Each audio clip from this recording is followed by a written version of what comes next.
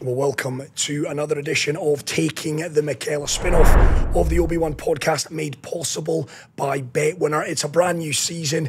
It's the first Taking the Mikel in an awful long time. The boss man, Chelsea, and Nigeria legend John Obi Mikel back in the hot seat. Johnny, we're back and we're in London. We're back. We're back on, back in London. Yeah, it's always good to be back in London. It's home. It's home. It's home. It's home for me. It's been home for me for since 2006. Obviously now I live in Dubai, London, but it's always good to be back in London. It is a great place. I've been spending a bit of time with you in the Big Smoke, and wherever you go, you are still mobbed. There are still people that recognise there's the big man who ran amok in that Chelsea midfield. Yeah, I mean, it's good for people, especially the Chelsea fans, to always still recognise you. And obviously, when they see you on the street, they come up and say hi and say thank you so much for what you've done for the club, especially the Champions League final where you made sure, the trophy came home and stuff like that. So for me, when I get that, I'm still very, very proud and very happy, what we achieved together as a team as well. And an individual as me as well, what I managed to achieve for the club. It's priceless. My time at Chelsea, I will never, ever, ever forget. It's something that will live with me forever, No doubt. My kids now, we walk down the street and people recognize me. They're like, Daddy, they keep still asking, why? But now they have the whole scope of everything. Oh, yes, Daddy, you played for Chelsea, you're a superstar, and people take pictures of you. So now they're fine with it. But before they were a bit, it's amazing. Yeah. It's amazing. They're proud of Dad. Proud of that, exactly, yeah. Proud of him. Yeah, you have, I guess, over the period, you've been back for the Champions League final in your role as a UEFA ambassador. I know you've loved that. You were in the prawn sandwich seats at Wembley, John, and Real Madrid doing what we expected them to do. Okay, it was a hairy opening 45 minutes, and by hairy I mean Dortmund were the better side. They were, yeah. But then Real just do what they do in Champions League finals. That's what Real do. I mean, every time they've been in the finals, I think, is it 9 finals straight? Last 9. The last 9 they've been in the finals, they've won it all. Real, they know how to win games, they know how to win finals, especially Champions League, they've won it 15 times now, Ridiculous. Yeah, and of course they add in new addition, the likes of Mbappe and everybody, so you might as well just give them the next Champions League trophy again. But no, fantastic team, fantastic manager. Carlo Ancelotti does what he does best, winning the Champions League, the first manager to win it 5 times. Absolutely fantastic. What a guy, what a manager. And he deserves everything that comes his way because he's such an amazing human being. I know we've spoken at various junctures on season 1 about Carlo. I want to drill down on him because the first manager to win 5 as a coach. Yeah. He won 2 as a player with AC Milan, 89 and 90. So he's got 7. He's got 7 Champions League winner medals, That's that man. bonkers. And I find it fascinating, John, that we talk a lot about tiki-taka, Pep Guardiola, the Pep way, and how he's redefined the boundaries of how football teams play the game. We talk a lot about gegenpress and the rock and roll, heavy metal football of Jurgen Klopp. There's no Ancelotti ball. There's no Carlo's way. It's simple. It's simple and easy. But I find that fascinating. Yes, we can sit here and we can applaud him and, he's done this and does that. Does he get enough credit? Honestly. Now he's starting to get enough credit. Now he's starting to get the credit that he deserves. I think Carlo is simple and easy. I read one of his comments, one of his interviews once, and he said, the coaches nowadays, everybody is so worried about giving the players so much information. Whereas for him, he just lets the players express themselves, go on the pitch and be who you are.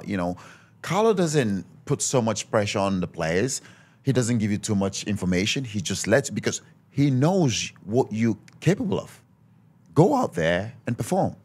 Go out there and be you. And that's exactly what he did with us when he was at Chelsea. And we were able to win the league and FA Cup, which we thought he could have stayed a bit longer. But Carlo is a simple manager that does simple things. And it's been very effective for him. Be honest here, a lot of Chelsea fans watching or listening to this. Is his exit, is that the one of all the managers, and you played under 12? Yes, around 11, 12. 11 or 12. Of all the managers that left the football club, when you heard of Carlo's departure, was that the one that you were all looking at each other thinking, what? Yeah, it was. It was because every player was, in such an amazing relationship with Carlo. But I did have my ups and downs with him. So Did you? I think one of my downs was when he was about to leave. So I wouldn't say I was a little bit... Fresh start for Johnny boy. Yeah. With Carlo, you play. Sometimes, you out. So I must say, honestly... You loved him. I loved him, but I think towards his departure, I think I wasn't in a good times with him. So I was a little bit frozen out. So for me, it was a fresh start for me. So but apart from that, Carlo is a fantastic guy, fantastic man manager. Puts his arms around the player. He doesn't give play. Rarely gives a player a bollocking. Well, rarely does that. Jose said on this podcast that there were at times, if you were not winning 2-0 at half-time at the Bridge, he'd be pissed off. Of course he is. That blew my mind. Yeah. Carlo Ancelotti is not like that. Yeah, definitely was totally different. Carlo comes in. Carlo, because he played as well. Carlo played the game, knows the game. Sometimes when we're losing, he comes in the dressing room, still calm and collective. Says what he has to say, makes a couple of changes here and there, and say, go out there, give your all for the club, give your all for the badge, and make sure we come back and win.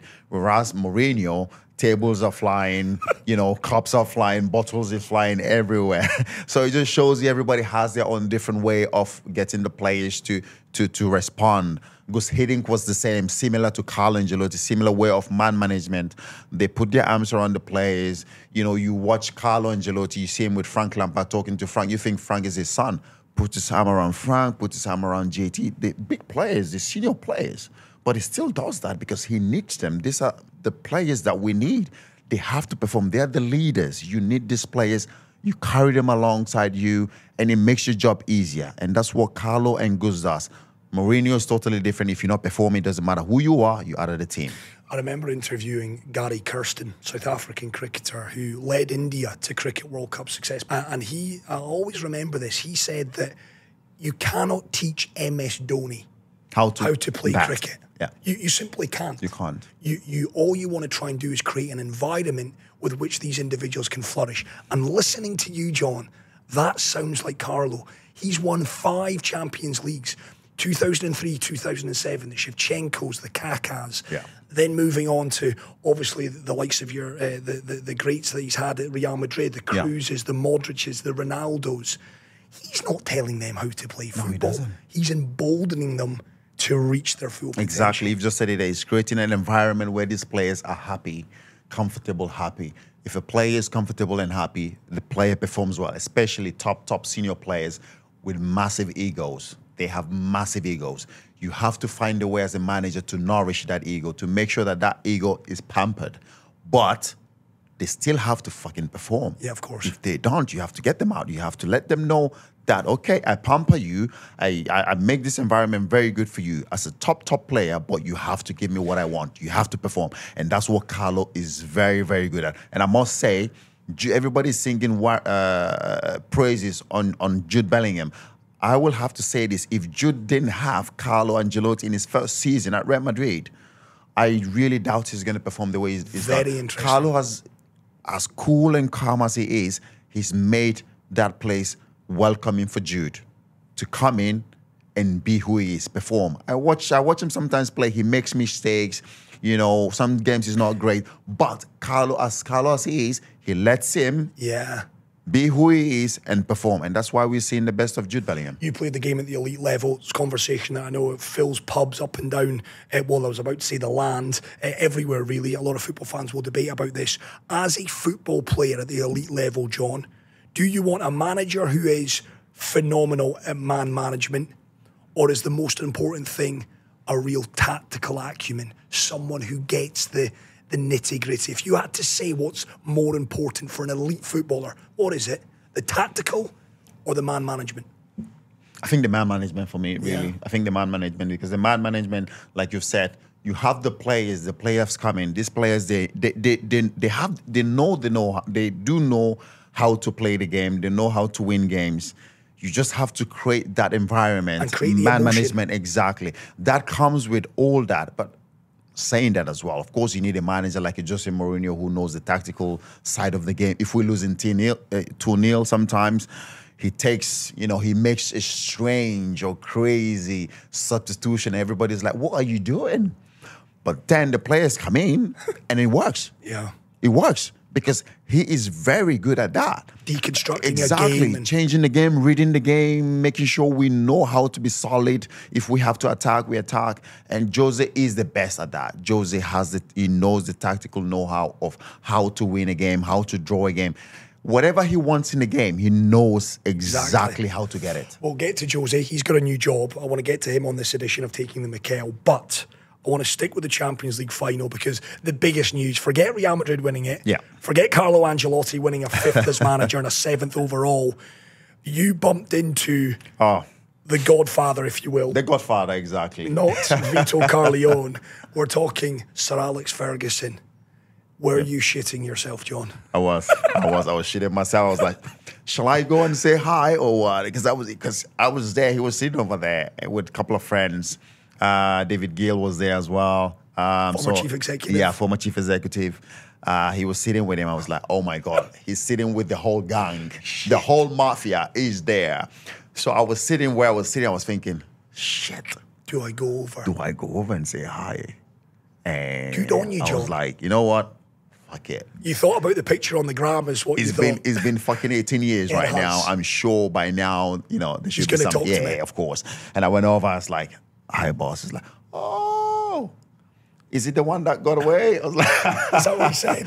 Yeah, you the one that got away. It's like, how are you? I was like, yeah, good. And we had chatted, what are you doing? Blah, blah, blah. I told him about the pod, I said, boss, I would definitely love to have you on my pod. He's like, yeah. Let's try and, we'll try and talk about it. But it was like, okay, so how's things? It's like, yeah, things are good. And it was like, you know what? After 18 years, I think it's time we move on.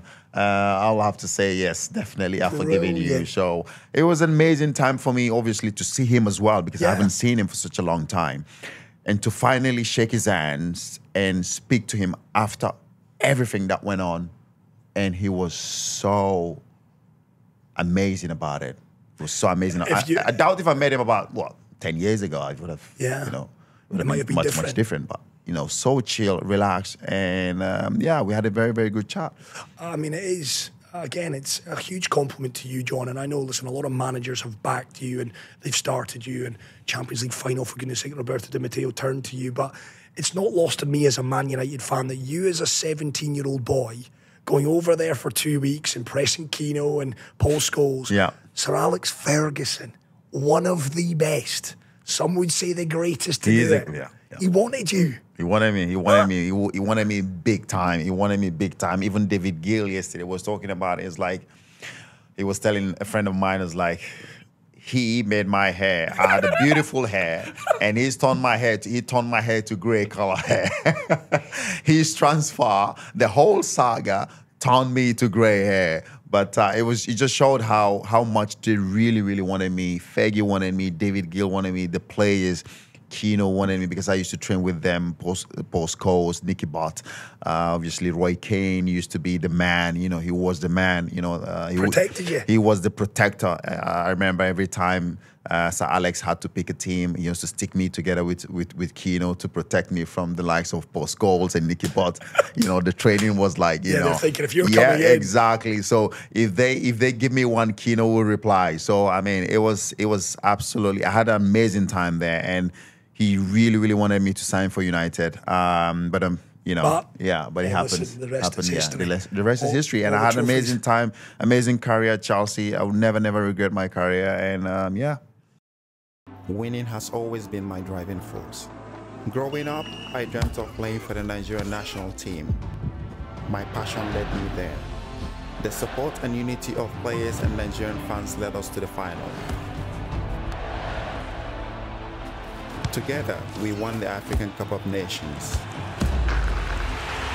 A moment that will forever be carved in my heart. Join the winning team with BetWinner. José Mourinho. I feel like we're talking managers in this first edition. We are, and we're going to get to Chelsea's managerial situation in just a moment. But José's back. I absolutely loved his press conference. Being unveiled to the Fenerbahce fans over in Turkey. You've played in that part of the world. Lest we forget Trabzonspor over there. You understand those fans better than most. Certainly Turkish fans, not so necessarily Fenerbahce fans. But you know what dawned on me? And it should have dawned on me a long time ago, John. José Mourinho is like a beautiful violinist. He knows exactly what to do and say to his public. He does. He's got new skin. He plays. His shirt will be my plays to skin. the music, doesn't it? It's poetry from that man. And I found myself watching it thinking, go on, José. Go on, son. You know, and I'm not even a Chelsea or Fenerbahce I listened fan. to that today. He said, your shirt is my new skin. I inject that into my veins, John. I want to lap that up. That is José. José knows how to play to the crowd. He loves it. Absolutely loves it. And they're now on side. They are with him. They're with him. They're with him. But this, like you said, I was lucky enough to play in that part of the world. And I must tell you, they are not the easiest crowd to please. They are not the easiest crowd. They will love you. They will give you everything you want. When you're winning. Whatever you want, they will give you. But you have to win games. You have to. They are so impatient, more than in the Premier League or Italian league. They are crazy about football, especially the Fenerbahce fans and the Galatasaray fans and the Trabzonspor fans where I played. Crazy. Crazy. They live football, they breathe football, they eat football. They will love you. Whoever you are, superstar, they'll give you time. But if they're not winning, if things are not going well, they will turn on you very, very quickly. You'll be surprised. You'll be like, what? Hold on a minute. They turn on you very, very quick. So José needs to be careful. I understand what he's trying to do. He's trying to bring the fans along him, take them with him, but he has to perform. He has to win games. If he doesn't do that, he'll be surprised how quickly they're going to turn on him. You think he'll be a success? I think so. I think Fenerbahce they bought a lot of good players last season. And I'm surprised, I'm surprised they didn't win the league. I'm surprised they didn't, obviously, just 3 points short. But I think José will be that man to take them to the next step, just to take them across. I think next season, I might see them winning the league. Obviously, José is José with the tactical awareness and how he reads the game and how he will get them to play. I think they will be solid. And I do see Fenerbahce winning the league next season. And he's not silly, José, is he? He's obviously looked at the squad. I don't know the promises, but I'm sure he'll be given money to spend. Exactly. It's well documented that José is friends with some high-profile agents who will help him attract, I'm sure, George Fernandez's phone is going to be ringing pretty soon. George, who have you got? But there's no doubt. I look at that, and Galatasaray have been excellent. They won the league, and it's crazy to think Wilfried Zaha wasn't even a regular. Wilfried Zaha left on the bench by and large in Galatasaray. That shows the strength and depth of that football club. But I look at José, the siege mentality, Fener just short in the last couple of seasons. They're going to be fine. I think they're going to be fine. I think José is going to bring that winning mentality, that winning factor to the team.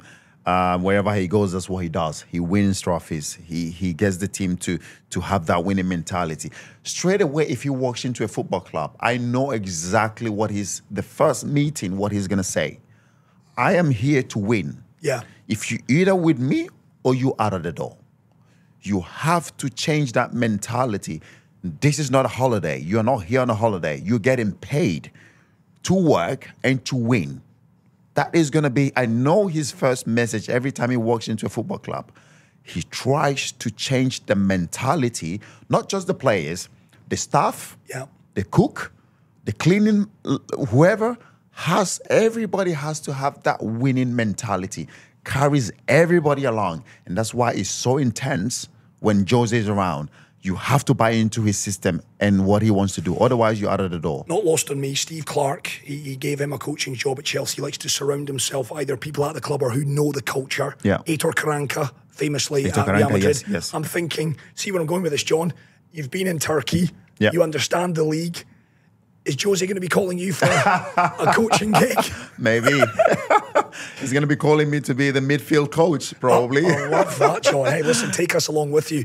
Coaching, you never considered it yourself? I know no, I never considered it. Never considered. I mean, it's something that people have been coming up to me recently, really, to say, you know what? Why don't you just do it? Why don't you just do it and just have it? You might be good at it. You never know.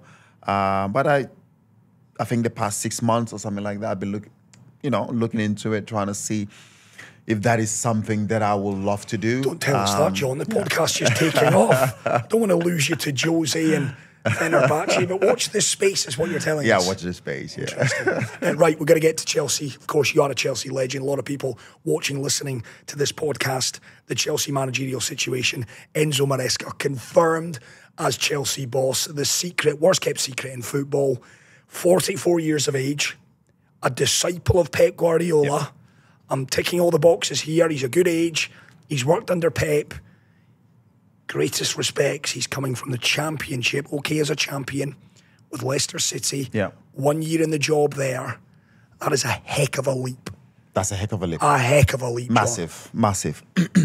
Compared to the club, compared to a club the size of Chelsea. You know what I mean? Massive. From Leicester to Chelsea, also Championship. So for me, I mean, no disrespect to Leicester. They're a great side. They won the league. They won the league, ago. But exactly. Okay, the Premier League. But that's Leicester and this is Chelsea. Yeah, the biggest wage bill in the Championship. Exactly. And that matters. I do truly believe that what you spend should equate to success. I'm taking nothing away from Enzo here. Yeah.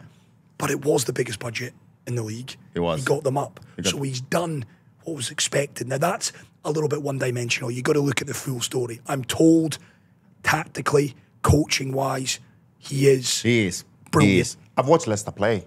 I'm not going to lie about it. I've watched Leicester play. I think I like the way they played. Obviously, they started the season really well, and everybody thought they were going to run away with it. But then they shaky towards the end of the season. Yeah. Lost a lot of games, drew a lot of games. Obviously, we've talked about him, Enzo, a student of Pep Guardiola.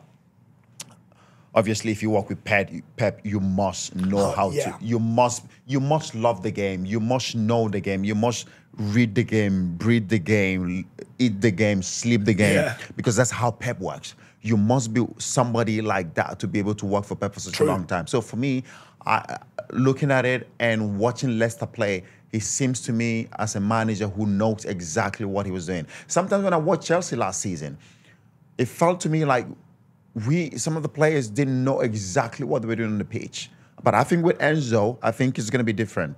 You have to know exactly what you're doing, when you're doing it, and what your job is on the pitch. Tactically, he looks like he's tactically very, very sound. If he's going to bring the tiki-taka of how Pep Guardiola plays for Chelsea, we'll be laughing. But it seems like a running theme on this podcast, John. That's the tactical mind. Yeah.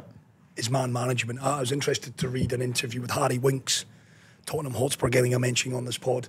Former Spurs midfielder, of course, and he was waxing lyrical. I mean, this is a man who's played under Jose Conte at Spurs, and he was saying from a tactical and man management, he was blown away by Enzo, which some might say, well, he wasn't confirmed at the time as Chelsea boss, therefore he's got to wax lyrical. You know, you're not going to go on and say he's all right, are you? But I did still find the comments interesting when you're comparing him to Jose and a Conte. No, you can't.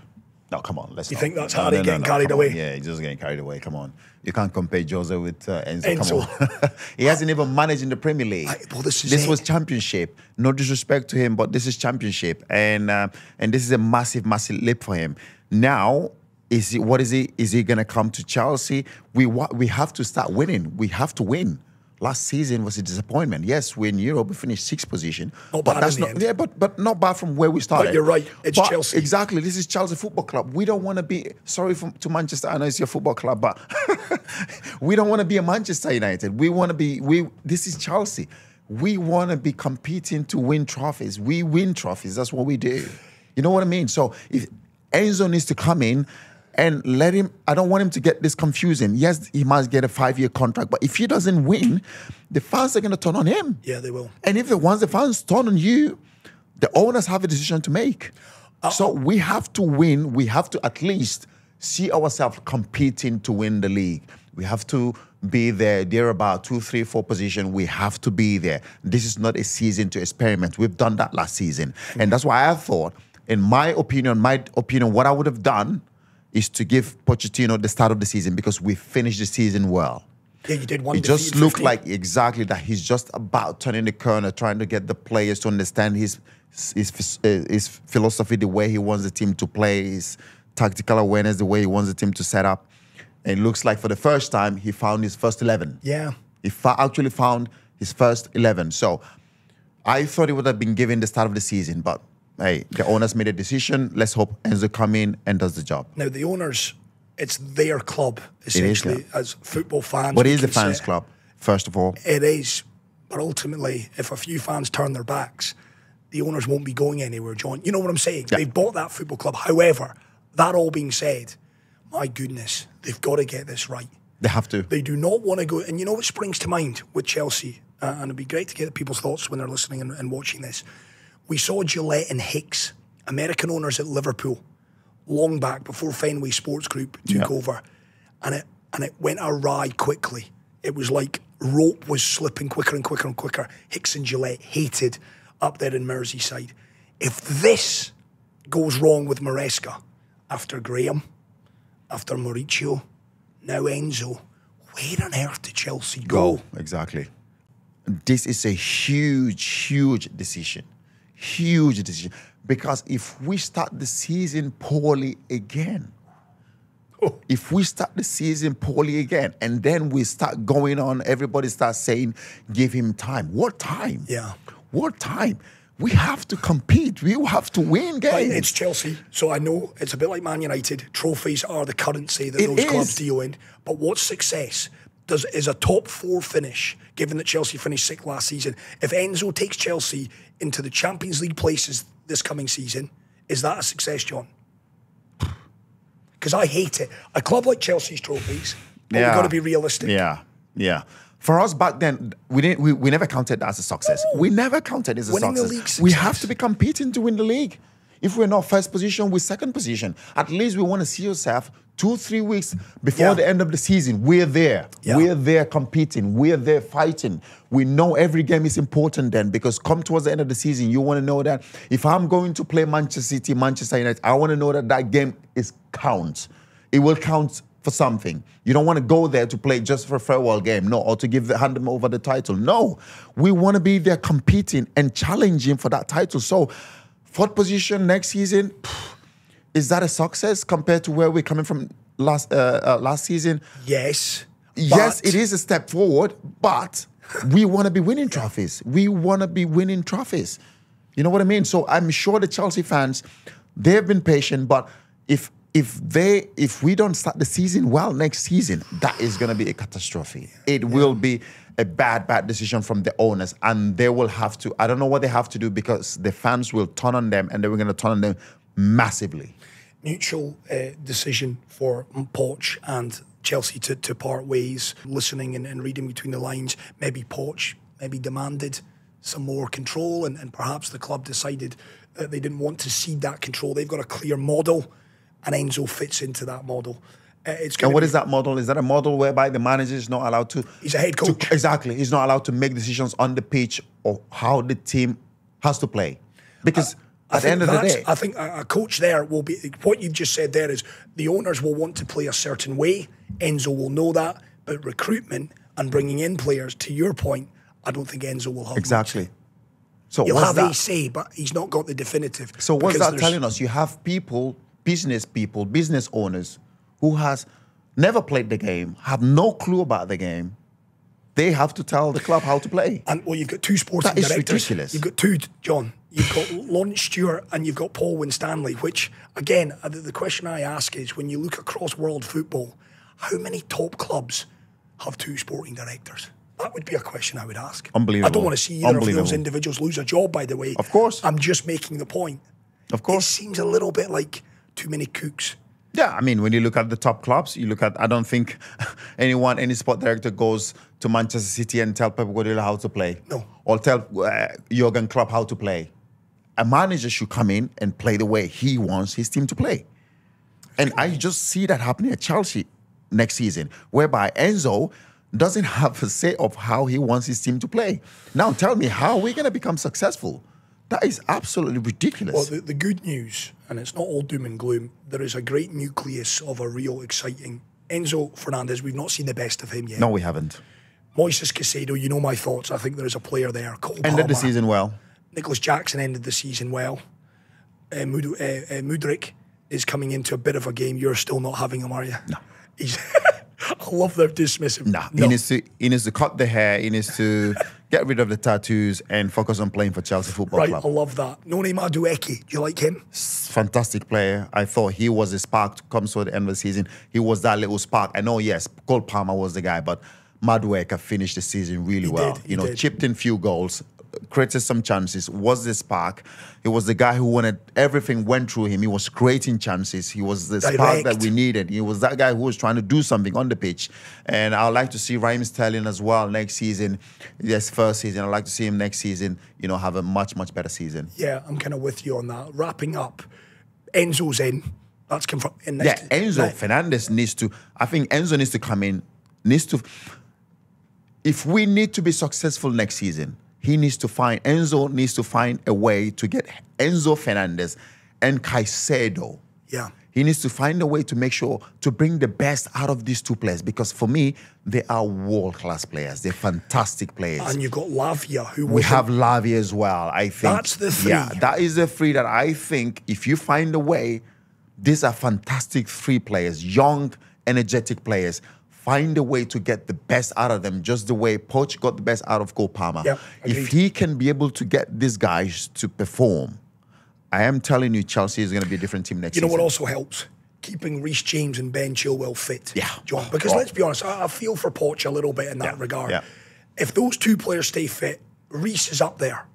He's a machine. Again, I say he's a machine. He's not a very good machine because he keeps breaking down. But they've got to get him fit, because when he's fit, he is a destructive right back. Talk about Trent Alexander-Arnold and what he does for Liverpool. Reece is that important, I believe, he is that to good. Chelsea. He is that good and that important to the club. He is the club captain. He is, yeah. He is that important. He needs to stay fit. And I hope the last surgery that he's done will work. And that, hopefully, touch wood, that gets rid of the injuries problem that he's having.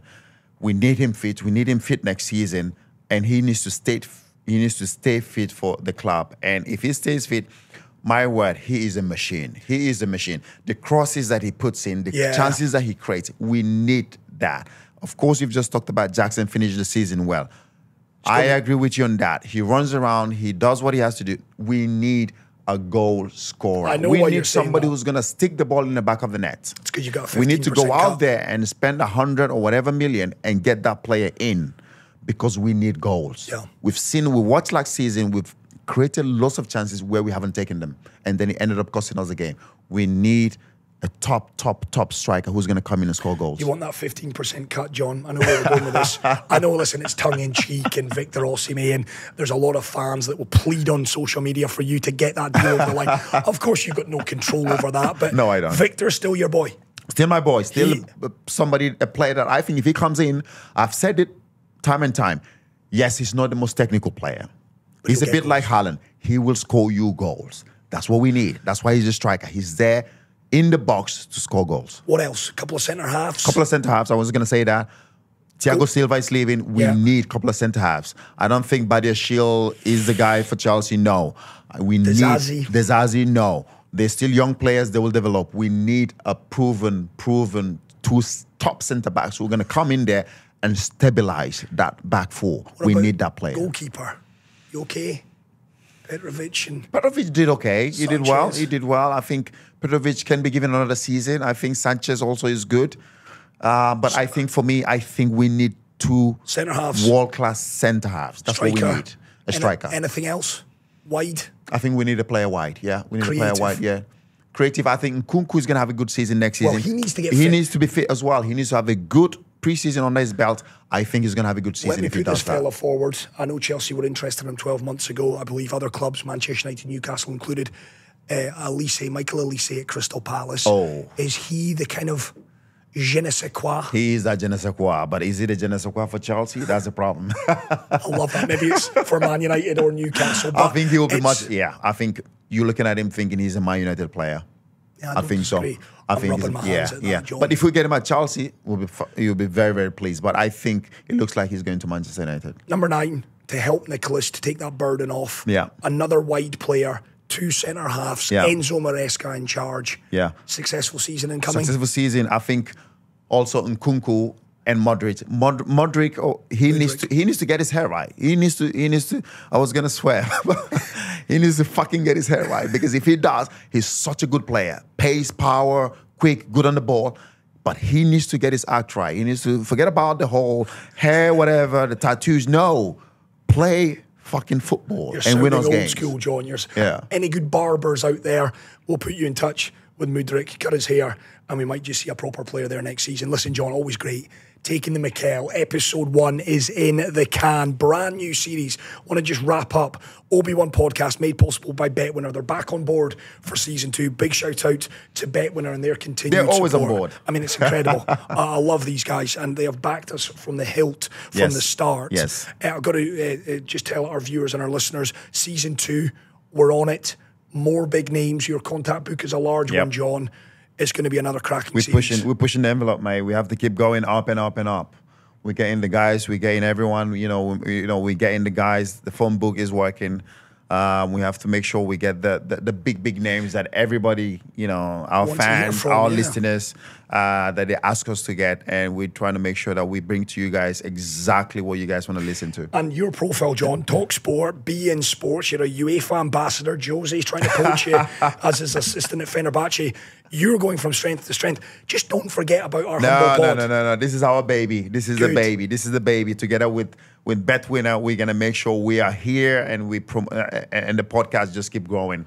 The sky is our limit. Yes, indeed. We need you guys to help that. Thank you all so much for your continued support on it. Do drop us a comment at Obi-Wan Podcast, whether that be on Instagram, whether it be on X as well. You can find our email address on there. We'll take questions from you guys as well. We'll maybe factor them in to the next edition of Taking the Mikel. But for myself, Chris, and John, thanks again for listening. Obi-Wan Podcast, made possible by BetWinner. Subscribe to it now.